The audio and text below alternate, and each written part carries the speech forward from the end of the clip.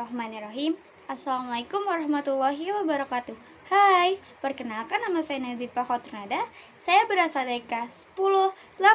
Saya akan menjelaskan tentang bab 5, yaitu meneladani peran ulama penyebaran ajaran Islam di Indonesia. Yang pertama ada masuknya agama Islam di Indonesia. Wilayah Nusantara sangat luas. Posisi geografisnya terletak di persimpangan jalur perdagangan antara India, Cina, dan Arabia. Maka sulit untuk memastikan wilayah mana yang pertama kali menerima ajaran Islam. Oleh karena itu, ada beberapa teori yang tentang masuknya agama Islam di Indonesia, sebagaimana penangkap oleh Ahmad Mansur Suryanegara dalam buku Api Sejarah Jilid 1. Teori-teori tersebut adalah A. Teori Gujarat oleh Prof. Dr. C. Snodgrass. Menurut teori ini, Islam masuk ke Indonesia dari Gujarat. Snodgrass menyatakan bahwa tidak mungkin Islam masuk ke Indonesia langsung berasal dari Arabia tanpa melalui ajaran Tafarruq yang berkembang di Gujarat, India. Wilayah Kejaksaan Sumatera Pasai merupakan daerah pertama. Yang B. Teori Makkah oleh Prof. Dr. Buna Hakma menyatakan Islam masuk ke Nusantara pada abad ke-7 Masehi. Teori Persia oleh Prof. Dr. Hussein Dajjadi Ningrat menyatakan bahwa Islam masuk ke Indonesia berasal dari Persia dan berhazab Syiah. Yang ke-D, teori Cina oleh Prof. Dr. Slamet Muljana menyatakan bahwa Sultan Demak dan Wali Songo merupakan keturunan Cina.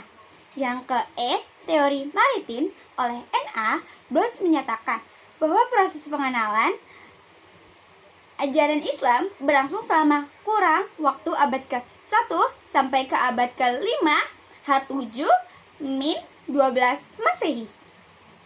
Fase berikut ini adalah perkembangan agama Islam terjadi melalui abad ke-6H sampai ke Palasek Indonesia. Yang kedua, perkembangan kesultanan di Indonesia. Masa perkembangan agama Islam adalah kurun waktu pada saat umat Islam telah membangun kesultanan sebagai bentuk kekuasaan politik. Sebagai contoh, Kesultanan Samudra Pasai di Sumatera Utara pada abad ke-13 Masehi, Kesultanan letak di Gresik, Jawa Timur pada abad ke-11 Masehi. Perkembangan Islam di Indonesia semakin meluas, sehingga dengan banyaknya raja-raja Hindu yang memeluk Islam. Dengan demikian, berbentuk kesultanan Islam di berbagai wilayah Indonesia. Istilah kerajaan berubah menjadi kesultanan, dan istilah raja berubah menjadi sultan. Salah satu motif para raja memeluk Islam adalah bentuk mempertahankan kekuasaan, karena mayoritas rakyatnya sudah memeluk Islam terlebih dahulu. Rakyat berdorong-dorong masuk ke Islam karena syarat masuk Islam sangat mudah. Lebih dari itu, Islam tidak mengenal sistem kasta. Islam dianggap sebagai agama pembebas bagi rakyat jelata. Yang ketiga, tokoh penyebaran ajaran Islam di Indonesia.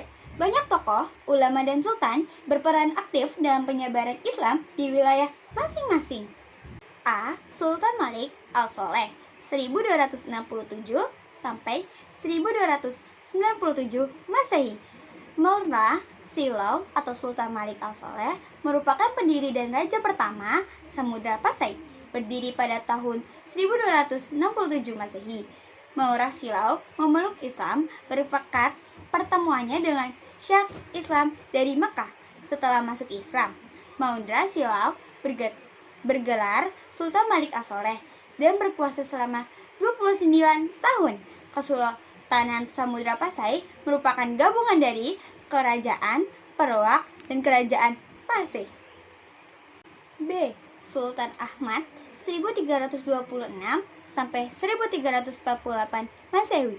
Beliau merupakan Sultan Samudra Pasai yang ketiga, berasal dari Sultan Malik Al-Attar II pada masa pemerintahannya. Sultan Samudra Pasai dikunjungi oleh seorang penjelajah dari Maroko, yaitu Ibnu Battuta. Merupakan catatan Ibnu Battuta, Sultan Ahmad yang sangat memperhatikan perkembangan dan kemajuan agama Islam. Beliau berusaha keras untuk menyebarkan ajaran Islam ke berbagai wilayah di sekitar Samudra Pasai. Sultan Alauddin Riayah Shah 1538 sampai 1571 Masehi.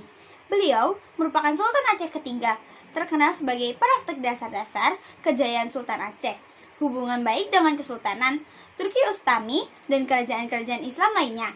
Pendirian pemerintah semakin kuat, bahkan militer Kesultanan Aceh terkenal handal karena mendapatkan titularnya dan Kesultanan Turki Ustami.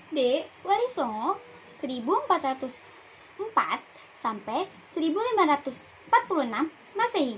Wali Songo merupakan sambayan wali atau sunan yang menjadi pelopor penyebaran Islam di Pulau Jawa. Sultan Auladin. Sultan Auladin nama aslinya adalah Satu Manggaragi Deng Marapia. Dinobatkan sebagai Raja Gawo pada usia 7 tahun. Beliau termasuk tokoh yang terjasa besar pada penyebaran Islam di Sulawesi Selatan. Dato Tonggo Parangan. Dato Tonggo Parangan atau Habibie Yahya bin Mustabir bin Abdullah bin Yahya merupakan seorang ulama Minangkabau yang berdakwah di Kutai Katarangan.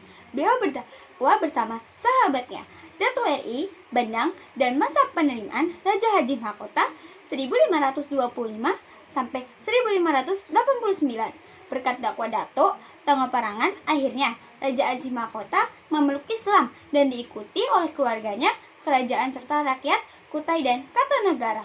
Dan Abdidah. Beliau memerintah Kesultanan pada Karun waktu 1486 sampai 1500 Masehi. Sejak usia beliau mendapatkan pendidikan agama dari ayahnya dan dari seorang ulama bernama Datuk Maulana Hussein.